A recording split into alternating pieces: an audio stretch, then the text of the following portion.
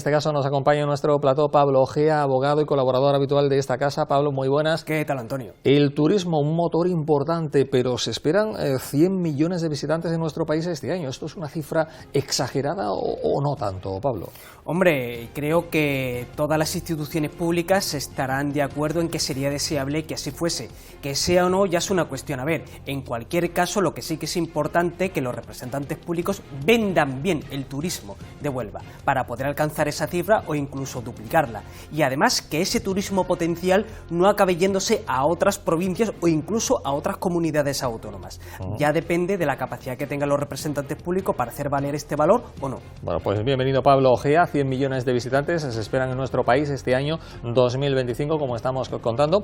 Lanzaba esta pregunta Pablo de que a ver si va a ser mucha tela 100 millones de visitantes durante este año, porque a ver si la saturación, más que atraer, va a espantar turistas a partir de ahora, ¿no?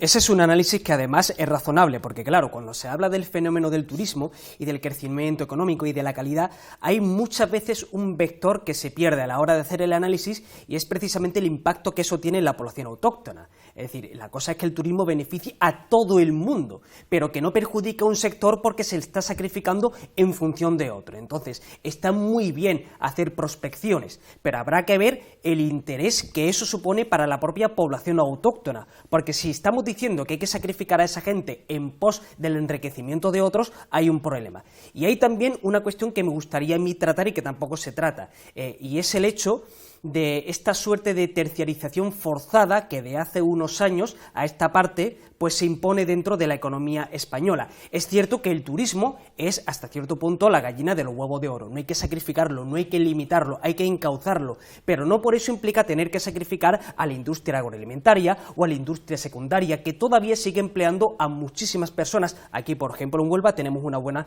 prueba de ello, ¿no? Entonces, esos sectores económicos tienen que ser compatibles, pero no tienen que ser desmantelados o abandonados en pos de meter todos los huevos en una sola cesta. Comentaba antes sobre la necesidad de compatibilizar el turismo con otros sectores. Aquí es importante detenerse. ¿Cuáles, por ejemplo, Pablo? Con el sector agroalimentario, con el sector industrial, pero lo digo en qué sentido, en que el turismo debe también de contemplarse como una especie de catalizador de estos sectores, es decir, atraes turismo para atraer posteriormente inversión en estos otros dos sectores, o en otros más. Entonces, cuando se habla del tema del Fitur, yo creo que eso no es un juego de suma cero. Está claro que independientemente de que Huelva pueda competir con igualdad o en desigualdad, pero tiene que ir allí, tiene que exponer sus talentos, tiene que exponer sus riquezas en todos los sentidos. Lo que tiene que hacerse desde los gobiernos y desde las administraciones públicas es legislar en el sentido de que el turismo no genere esas externalidades negativas. Pero es que una cosa no quita la otra. Es decir, el hecho de que todavía no se hayan eliminado esos elementos negativos no debe de impedirte a ti como región o como ciudad que vayas allí y te expongas. Ve, exponte, publicítate y cuando ya tengas la inversión, entonces ya lo regulas adecuadamente. Pero no utilices la ausencia de regulación correcta para impedir ir allí a quien tiene que ir y, en definitiva, dar un escaparate que va a generar muchos puestos de trabajo. Bueno, pues hablamos. A ver, está claro que dentro de la contienda política, los dos grandes partidos que se disputan en el gobierno de la Junta, pues siempre van a reivindicar la sanidad como la joya de la corona o como un orgullo. Yo no creo que ninguno esté en posición de reivindicarla como un orgullo. Creo que lo que hay que reivindicar como orgullo son los profesionales de la sanidad, más que la propia sanidad. Y son los profesionales los que muchas veces se ven constreñidos por una mala o inadecuada asignación de recursos o reglamentación burocrática que les impide realmente hacer su función. Dicho lo cual, está claro que los números son elocuentes, las cifras también, y creo que igualmente es inútil que nos encercemos en una batalla de quién lo ha hecho peor. Está claro que la sanidad cuando estuvo el PSOE no está bien, la sanidad ahora cuando está el PP tampoco está bien, y el principal problema que cualquier ciudadano puede trasladarle a su representante político es el tema de la lista de espera.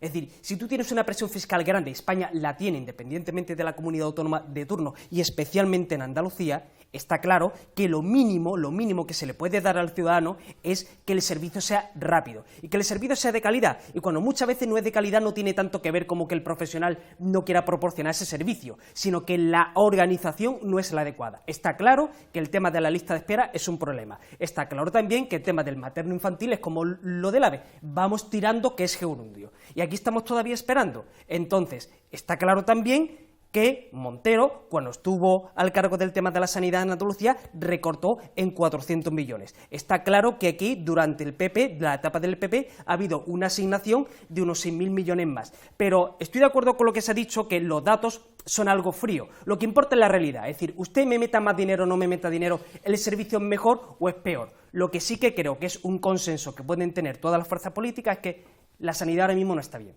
Se quieren poner las componentes que se quieran poner, no está bien, y que hay que trabajar para mejorarla, y que no debe de ser una cuestión ideológica. No tiene que ver tanto, creo yo, con el hecho de que sea público, sea privado, tiene que ver con el hecho de que el servicio que se dé es el que el ciudadano demande, porque si te tienen que operar, tú quieres que te operen ya y que te operen bien, da igual quién lo haga.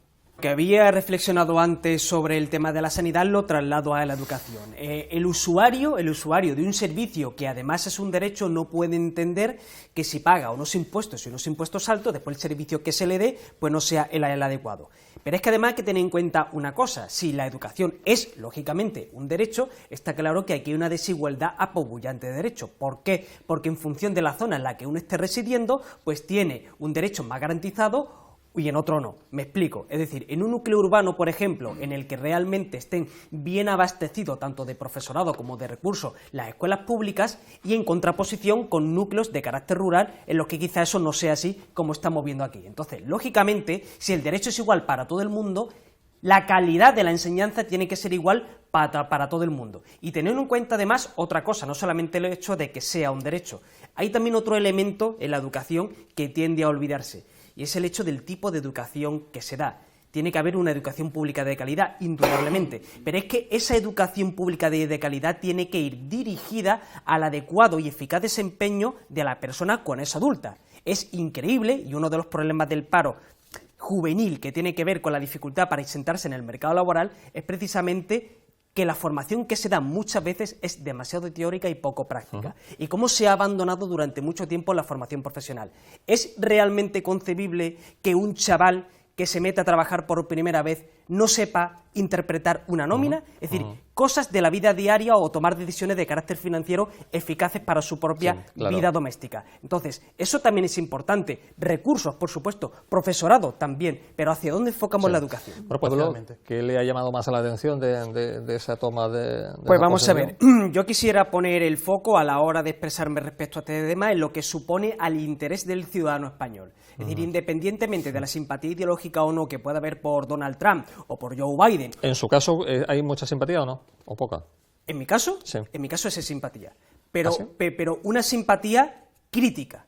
¿A qué me estoy refiriendo? Es decir, no creo que cuando llega un líder internacional al poder haya que tocarle las palmas, haya que alabarle o haya que criticarle por el mero hecho de hacerlo, sino hay que verlo desde el punto de vista de lo que supone para el propio país. Entonces, viendo eso, está claro que la política de Trump va a ser proteccionista, está claro que la política proteccionista no va a ser buena para las exportaciones de productos españoles. Entonces, ¿qué es lo que creo que se tiene que hacer desde todas las instancias públicas? Tratar de tener relaciones pragmáticas. Quien dice con Donald Trump, dice con Xi Jinping en China, dice con Putin, dicen con cualquier otro. El gobierno español en este caso, Sí, Pedro el Sánchez, gobierno está español teniendo debe de tratar de tener una relación pragmática. Él se ha expresado ya. ¿Eso cómo lo entendemos, Pablo, para la gente que nos está escuchando en estos momentos?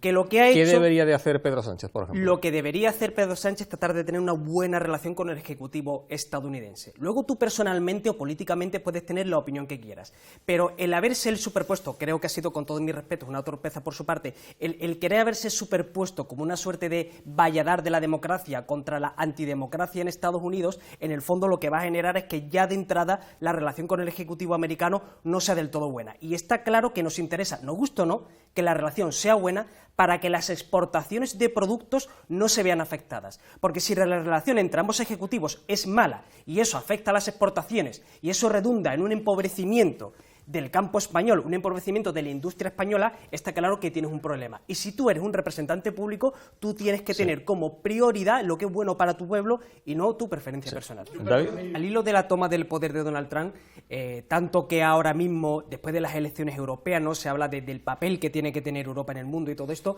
creo que es una ventana de oportunidad para lo siguiente. Al fin y al cabo, Europa durante mucho tiempo no ha sido más que furriel de las potencias anglosajonas, es decir, ha sido furriel de la política exterior de Estados Unidos, entre otras cosas por la membresía de gran parte de sus países de la OTAN.